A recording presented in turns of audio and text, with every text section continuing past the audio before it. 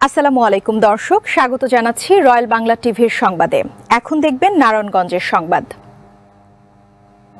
নারায়ণগঞ্জের রূপগঞ্জে উপজেলা প্রশাসনের উদ্যোগে বীর মুক্তিযোদ্ধাদের চিকিৎসা সহায়তা প্রদান, জাতীয় সমাজ কল্যাণ পরিষদের নিবন্ধিত স্বেচ্ছাসেবী সংস্থার মাঝে অনুদানের চেক বিতরণ, 2026-27 অর্থবছরের উপজেলা পরিষদ উন্নয়ন তহবিলের আওতায় বিভিন্ন উন্নয়নমূলক কার্যক্রমের উদ্বোধন এবং দরিদ্র ও অসহায় নারীদের মাঝে সেলাই মেশিন বিতরণ করা হয়েছে।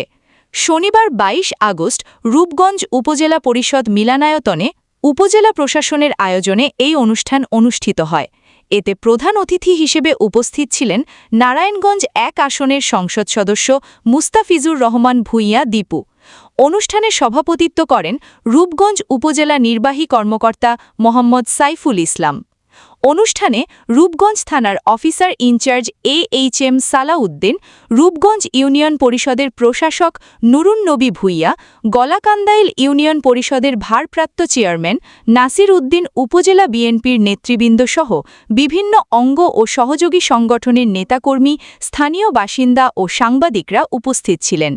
প্রধান অতিথির বক্তব্যে মুস্তাফিজুর রহমান ভূঁইয়া দীপু রূপগঞ্জ উপজেলার আইন শৃঙ্খলা পরিস্থিতি, জনকল্যাণ ও সার্বিক উন্নয়ন নিয়ে বিভিন্ন বিষয় তুলে ধরেন।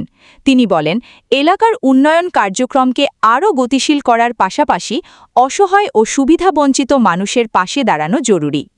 অনুষ্ঠানের শেষ পর্বে বীর মুক্তিযোদ্ধা, প্রতিবন্ধী ও অসহায় দরিদ্র মানুষের মাঝে নগদ অর্থ সহায়তা এবং দরিদ্র নারীদের স্বাবলম্বী করার লক্ষ্যে সেলাই মেশিন বিতরণ করা হয়।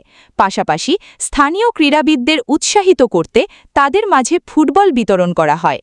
উপজেলা প্রশাসনের এমন উদ্যোগকে স্বাগত জানিয়ে উপস্থিতরা বলেন, চিকিৎসা সহায়তা, কর্মসংস্থানের উপকরণ ও ক্রীড়া সামগ্রী বিতরণের মাধ্যমে সমাজের বিভিন্ন শ্রেণী পেশার মানুষের কল্যাণে কার্যকর ভূমিকা রাখবে এ ধরনের কার্যক্রম। 17 বছর ধরে এই উপজেলাটাকে আমি বলবো, উপজেলাটাকে নামকে অবস্থা উপজেলা ছিল, উপজেলায় কোনো প্রাণ ছিল না। আজকে আবার এত বছর পরে এসে আমরা বুঝতেছি যে উপজেলায় আবার প্রাণ ফিরে আসছে। আপনারা কি দেখতেন এটা? এখন এই প্রাণটা ফিরার জন্য এটা সবচেয়ে বড় ক্রেডিট কার কাছে যায় জানেন? আমাদের প্রধানমন্ত্রী তারেক রহমানের উপর। সবাই মিলে আমরা শিখছি যে কিভাবে মানুষের ঘরে গিয়ে কাজ করে মানুষের রূপগঞ্জের উন্নয়ন করা যায়।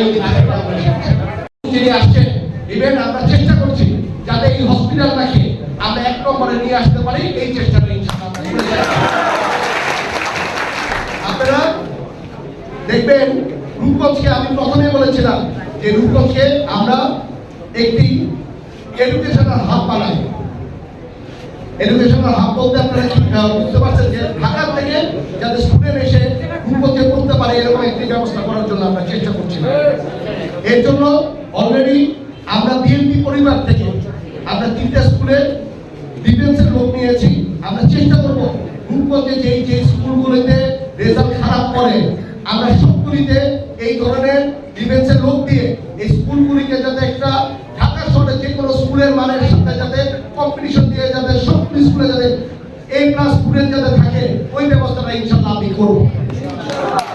কারণ আমি একটি কথা বিশ্বাস করি, এই 17 বছর এই গত সরকার শিক্ষার মানকে মানুষের যাতে জাতি যাতে মেরুদণ্ড যাতে ভেঙে যায়, এই জন্য শিক্ষা মানকে সবচেয়ে বেশি অবহেলিত করে রেখেছিল। কারণ শিক্ষার মান যদি অবহেলিত হয় তাহলে এই জাতি ধ্বংস করার জন্য অস্ত্র লাগে না।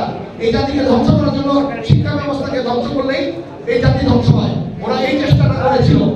আজকে আমরা আমাদের সরকার এইভাবে করে কাজ করবো যাতে শিক্ষা ব্যবস্থাটা সারা রূপগঞ্জের শিক্ষা ব্যবস্থার জন্য সারা বাংলাদেশের মানুষ যাতে বলে, বাংলাদেশের সবাই যাতে বলে শিক্ষা ব্যবস্থা দেখতে ছেড়ে রূপগঞ্জে যাও। এটা কি আপনারা চান? ইনশাআল্লাহ এরকম শিক্ষা ব্যবস্থা আমরা রূপগঞ্জের জন্য করে দিব। আপনারা